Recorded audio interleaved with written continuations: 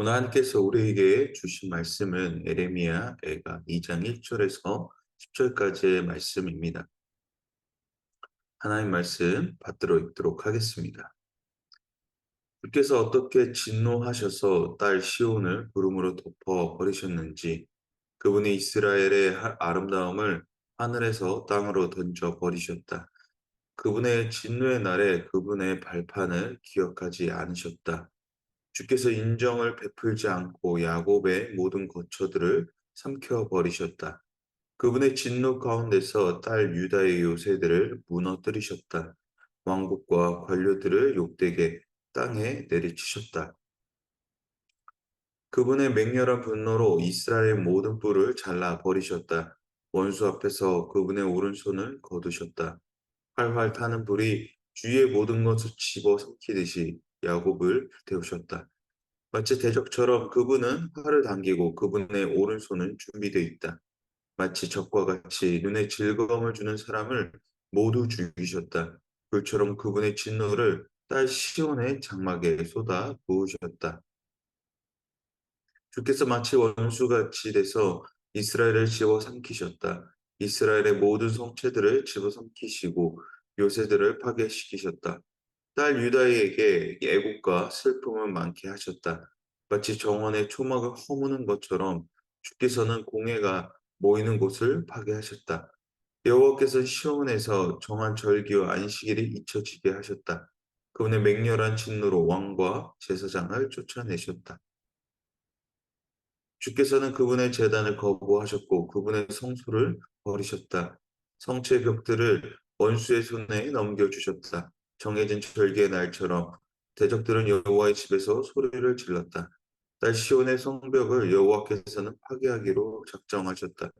그분은 줄자를 펼치셨고 화면로부터 손을 거두지 않으셨다. 그분이 요새와 성벽을 슬프게 하셨으니 그것들이 다 함께 쇠약해 버렸다. 성문들이 땅속으로 가라앉았고 주께서 빗장들을 깨뜨려 부수셨다. 왕과 관리들이 민족들 가운데 있으니 율법이 더 이상 존재하지 않는다. 예언자들도 여호와께로부터 환상을 받지 못하게 됐다. 딸 시온의 장로들은 땅바닥에 앉아서 말이 없다. 그들은 머리 위에 흙을 뿌리고 붉은 베옷을 입었다. 예루살렘 처녀들은 땅 바닥에 머리를 숙이고 있다. 아멘. 오늘 본문은 오늘 본문에 해당하는 이제 2장은 예레미야의 가장 중심적인 내용을 이제 다루고 있습니다. 어제 우리가 함께 나누었듯이 애가는 총 5편의 시로 이루어졌었죠. 그렇기 때문에 본문의 내용을 보다 명확하게 이해하는 것에 있어서 어려움이 있습니다. 왜냐하면 우리 또한 시를 읽어 나아갈 때 중요한 것은 시가 주는 풍부함은 있지만 그 안에 속한 내용들을 깊이 있게 보는 것은 보다 직설적으로, 직접적으로 이제 들리지 않기 때문이죠. 특별히 오늘 본문에 해당하는 이제 애가도 시편이지만 특별히 또 번역본으로 그 내용을 이해하는 것에 이제 어려움이 있을 수가 있습니다. 그러나 잘 읽어내고 곱씹을수록 그 의미가 더욱 풍성해질 것은 굉장히 당연한 일일 것입니다. 오늘 예레미야 예가를 에레미야의 저자가 시적 표현을 사용하여 이야기함을 통해 예루살렘의 멸망을 보다 밀접하게 이해하고 이제 받아들일 수 있게 합니다. 다시 말해 예루살렘의 멸망과 더불어 모든 백성이 포로로 바벨론으로 끌려갈 때의 표현이 보다 깊게 표현하기 위한 방법이라는 것이죠. 그렇기 때문에 어제 예루살렘을 의인화를 통하여서 시온이 하나님 그 사랑한 자를 잃어버린 것과 같은 그런 슬픔을 이제 표현하고 있었던 것이죠. 그러니까 이 슬픔을 시로 풀어내므로 독자를 하여금 더 큰 이해와 깊이로 함께 동반하게 하고자 한 겁니다. 어제까지 함께 나누었던 예루살렘의 멸망은 보다 참혹한 현실을 고증하고 있었습니다. 예루살렘을 잃은 슬픔을 그러한 죽음이 이해되지 않아 예루살렘의 몰라 성전의 파괴 그들에게 이해되지 않는 사실들로 이제 이어졌었죠. 계속해서 오늘 본문은 그러한 슬픔 가운데에 왜 이러한 하나님의 진노가 이어질 수밖에 없었는가라는 것을 이야기를 하고 있는 것입니다. 예루살렘의 멸망과 그 고통이 하나님의 충동이나 변덕스러움으로 인하여 멸망시키신 것이 아니라 하나님의 공의로움 가운데서 실현된 정의라는 것을 우리가 어제 함께 다시 한번 보게 되는 것은 이제 예루살렘의 멸망을 정당하다라는 것입니다. 수세기 동안 이어져 온 그들의 우상 섬김, 가난한 자들을 섬기는 것에 대한 하나님의 명령을 끊임없이 어긴 대가를 치른 것을 오늘 본문은 이야기를 하는 것이죠. 어떻게 보면 그 500년이라는 세월의 기다림 전에 하나님께 세우신 것이기에 더 전에 멸망시키는 것이 맞지 않는가라는 의문이 들 수도 있습니다. 하지만 그렇게 하지 않으신 것은 지금까지 그 공의로운 가운데에 하나님의 기다림이 있었다라는 것이죠. 이 기다림이 그 기다림을 하지 않으시고 이제 내버려 두시는 결과가 오늘 바벨론에 의한 멸망이라는 자리가 되었다는 것입니다. 그렇기에 예레미야의 강구는 오늘 첫 시작부터 나오는 예레미야의 강구는 하나님께 도대체 왜 그렇게 하십니까? 라는 어떤 원망 섞인 어떤 따지고자 하는 그런 말투가 아니라 본문 1절과 어떻게 진노하셨어? 얼마나 기다리신 가운데에 구름으로 덮으셨냐라고 말하는 것. 즉 당연한 진노 아래 예레미야는 하나님께 구하는 것은 하나님 긍휼을 들어주시옵소서라고 오늘 이야기를 통해서 예레미야는 전달하고 있는 것입니다. 어제에 이어 예루살렘을 인하한 시온에 이어 이들의 슬픔은 이제 더욱 가속화되고 있습니다. 표현하기로 하나님의 진노를 이제 이야기를 할 때 마치 대적자들과 같다고 4절에서 이야기를 합니다.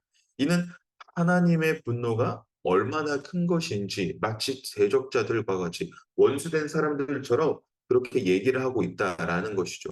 그 범위는 하나님의 것이라고 해도 이해가, 그러니까 하나님의 세우신 공회, 성전, 그리고 제사장들을 모두 쫓아내시고 그리고 그 모든 것들의 원인이라 할 수 있는 원수된 것들, 눈의 즐거움을 자랑하게 되는 것들에 대해서도 하나님께서 멸망시키셨다라는 것입니다. 오늘 본문을 통해 우리가 살펴봐야 할 것은 하나님의 진노에 대한 다른 이해입니다. 하나님의 진노가 왜 이렇게밖에 나타낼 수밖에 없는가? 그러면 우리는 하나님의 진노에 대해서 우리는 어떻게 이해해야 하는가? 함께 살펴보도록 하겠습니다. 사람의 관점과 같이 하나님의 분노는 마치 사람의 감정과 같이 홧김에 쏟아내는 것처럼 보이십니까? 하나님의 분노는 마치 다른 이스라엘 백성들에 대한 원망스럽게 원수가 된 것처럼 그들을 삼켰다고 5절은 말하고 있습니다. 하나님의 분노 또한 사람과도 같았기 때문에 그 분노를 오래 참았기 때문에 그저 쏟아내는 그러한 분노인가? 라는 생각이 듭니다. 그러나 저는 하나님의 분노가 가장 슬픈 분노가 아닐까 합니다. 토막과 절기제단, 성소, 그리고 율법까지 모두 파괴되는 상황 가운데에 그들의 대적자라 불리는 원수들이 성전에 올라가 자랑질을 일삼는 것을 보며 하나님은 어떠한 심정이셨을까? 분명히 하나님께서는 이스라엘 모든 영광 가운데서 함께 하셨습니다.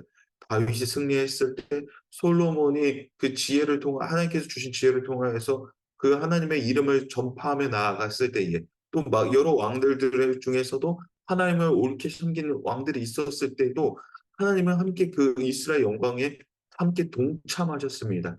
그런데 하나님께서 그들의 어떤 원수가 된 것처럼 그런 성전에 올라가 하나님의 자리를 욕되게 보이는 그런 행동들 가운데서도 하나님께서는 어떤 마음이셨을까라는 것입니다. 하나님의 분노는 가장 괴로운 분노였을 것입니다. 그들과 함께 세우신 그 언약의 자리를 무너지는 것을 보시고 가장 마음이 아프신 분은 하나님이셨을 것이라는 것입니다. 얼마나 오랫동안 기다리셨습니까? 500년이라는 시간 동안 하나님은 이스라엘 백성들을 기다리셨습니다. 그리고 다시 회복하기를 또 이제 500년입니다. 예수님께서 오시기까지가 또 500년이죠. 총 1000년이란 그런 하나님의 기다림을 이스라엘 백성들이 하나님의 마음을 잘 알았다면 잘하면 얼마나 좋았을까라는 그런 아쉬움이 여전히 있습니다. 그러나 그들은 보이는 것에 온통 신경이 빼앗기고 나중에는 멸망이라는 최후의 자리 가운데서 슬피 울며 믿기지 않는 현실의 고통을 받습니다. 자신들과 마치 전혀 관계없이 예루살렘이 무너졌다는 것처럼 말이죠. 그들 또한 그러한 고통이 있는데 하물며 하나님께서는 어떤 심정이셨을까라는 것입니다. 교회 또한 이와 같으면 우리의 심정은 어떠할 것 같습니까? 로마 시절에 박해했던 때와 같이 교회의 모든 것들이 무너지고 그리스도인이라고 하는 모든 자들이 핍박받는 상황 가운데서 죽는 상황 가운데서 그런 죽음의 위기 속에서 대적들에게로 조롱거리에 넘어간다면 우리는 어떤 마음이 들겠습니까? 속이 편할까요? 아니요. 마음이 고통스럽거나 저 같으면 매일 밤 잠을 잠들지 못하고 괴로워할 것입니다. 저는 하나님께서 아직까지 교회를 향한 기다림을 이어가시니 감사할 뿐입니다. 그러므로 우리는 바라봐야 됩니다. 무엇을 바라봐야 합니까? 하나님의 마음을 아는 마음이 있어야 합니다. 하나님의 분노가, 하나님의 진노가 지금 우리 교회 가운데 있어지지 않기를 우리는 하나님께 감사하는 마음으로 하나님의 마음을 알아야 한다라는 것이죠. 하나님의 마음은 무엇입니까? 은혜가 있는 곳을 찾아가야 한다는 것입니다. 교회가 그저 형식적인 모습으로 존재하는 것이 아니라 은혜가 있는 곳으로 우리가 나아가야 된다는 것이죠. 교회를 통하여서 내가 은혜의 자리로 찾아가는 것이 아니라 은혜가 있는 곳을 내가 만들어 가야 되는 어떤 말입니까? 내 마음이 은혜가 있어야 된다는 내 마음이 하나님을 향한 마음으로 가득 차 있어야 된다는 것이죠. 매주 드려지는 예배가 우리에게 날마다 의미로운 이유가 무엇입니까? 하나님께 예배드리기 위한 곳이기 때문에 그렇습니다. 내가 받기 위한 것이 아니라 하나님께 우리가 드릴 그 무언가가 없을까라는 고민 속에 예배가 드려진다라는 것이죠. 제가 어렸을 적만 하더라도 예배를 본다라는 그런 말을 많이 썼습니다. 그러나 요즘 시대에서는 예배가 드려진다라는 그러나 다른 표현을 쓰고 있는 것이죠. 우린 예배를 보러 가기 위해서 예배를 드리는 것이 아니죠. 예배는 하나님께 드려지기 위한 것이 바로 예배입니다. 그 예배가 어떻게 드려질 수 있습니까? 우리의 섬김을 통해서 하나님께서 영광 받으시기 위한 그 자리 가운데 내가 무엇인가라도 자그마한 섬김이 있는 것이 아닌가. 내가 남는 짜투리 시간을 남아서 하나님께 나아가는 것은 아니지 않습니까? 하나님께 드려지기 위해 우리가 그러한 예배의 드림이 있을 수 있는 것은 무엇입니까? 하나님께 받은 은혜가 우리 안에 있기 때문에 그 은혜를 우리가 사모하기 때문에 그 은혜로부터 주어진 그 삶의 기쁨을 하나님으로부터 주어진다는 것을 우리가 너무나 잘 알고 있기 때문에 우리가 예배를 하나님 앞에 드리기 위하여 나아가는 것입니다. 그 예배를 사모하기 때문에 그 예배가 하나님께서 받으시는 영광의 자리에 있게 되기를 소망하는 마음 가운데서 나아가야 된다라는 것이죠. 그렇다는 것은 우리의 고민은 예배를 어떻게 드릴까라는 고민이 있어야 됩니다. 어떠한 드림으로 예배를 준비할 것이냐라는 고민이 있어야 된다라는 것이죠. 이것이 예배가 은혜가 되는 시작점입니다. 그렇게 될 때 예배는 단순히 우리의 일과 속에 존재하는 것이 아니라 은혜의 자리가 된다라는 것입니다. 하나님의 마음을 아는 것은 굉장히 쉽습니다. 우리의 시선과 관점이 하나님을 향하여 있으면 됩니다. 하나님께 무엇을 기뻐하실까라는 고민이 하나님의 마음을 알아가는 과정이라는 것입니다. 사랑하는 성도 여러분, 오늘 이와 같은 고민이 여러분에게도 있으시기를 축복합니다. 하나님 마음을 아는 자, 하나님께서 원하시는 한 사람, 하나님과 동행하는 기쁨을 누리는 자가 되시기를 바랍니다. 그런 은혜의 자리는 누구나 누릴 수 있는 자리가 아니라 그 은혜를 아는 자만이 누릴 수 있는 자리입니다. 그 은혜를 사모하는 자리로 가십시오. 일이 아니라 하나님을 섬기는 어떤 자리로든지 나아가시기 바랍니다. 그렇다면 그 자리는 우리에게 주어지는 오늘의 은혜가 될 것입니다. 결론을 맺습니다.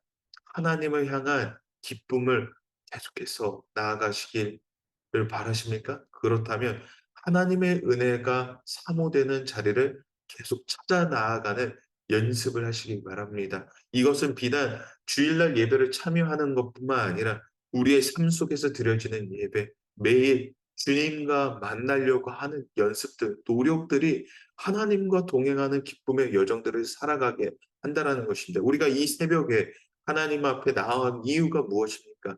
하나님 향한 마음이 있기 때문에 그렇습니다. 우리가 어떤 죄책감으로 이 자리에 나온 것은 아니지 않습니까? 내가 새벽을 드리지 않으면 하나님께서 나를 싫어하실 거야 라는 마음으로 나온 것이 아니라, 하나님께서 기뻐하시는 것 가운데 내가 조금이라도 나의 노력을 통하여서 하나님과 가까워지기 원하고자 하는 마음 가운데서 이 새벽의 아침을 일깨 우리가 나온 것이 아닙니까? 그 일깨움 속에 하나님 향한 열심이 다시 한번 기억되지기를 소망합니다. 작은 것 하나, 우리가 어디를 가든 무엇을 하든 그 자리 가운데서 우리 자녀를 그 학교에 보낼 때조차도 정말 이 자녀를 축복하면서 너가 가는 길 가운데 오늘도 하나님의 선하심과 인자하심이 너를 돌보실 거야 라는 그런 담대함을 전달해 주길 바랍니다. 이것은 자녀들도 뿐만 아니죠. 우리의 가정 안에서도, 또한 우리 밖의 삶의 밖에서조차도 만나는 사람마다 그 사람을 축복하는 마음 가운데 하나님이 우리와 함께 하신다는 그 놀라운 사실들을 우리가 전해지는 영향력인 사람으로서 나아가시는 그 은혜가 있게 되시기를 소망합니다.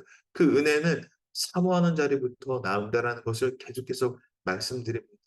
그 은혜를 사모하시기 바랍니다. 그 은혜가 있는 자리 가운데 내가 머물기를 원한다는 그런 간절한 마음이 우리 안에 있게 되기를 바랍니다. 그 은혜가 오늘 우리의 삶을 숨쉬게 할 것입니다. 그 은혜가 오늘 나의 삶을 다스릴 때에 하나님께서 가득 채우시는 충만한 은혜가 주님으로부터 나온다라는 것을 다시 경험하게 될 줄 믿습니다. 오늘 이와 같은 은혜가 오늘 여러분과 저의 삶 속에서 계속되어지기를 축복합니다.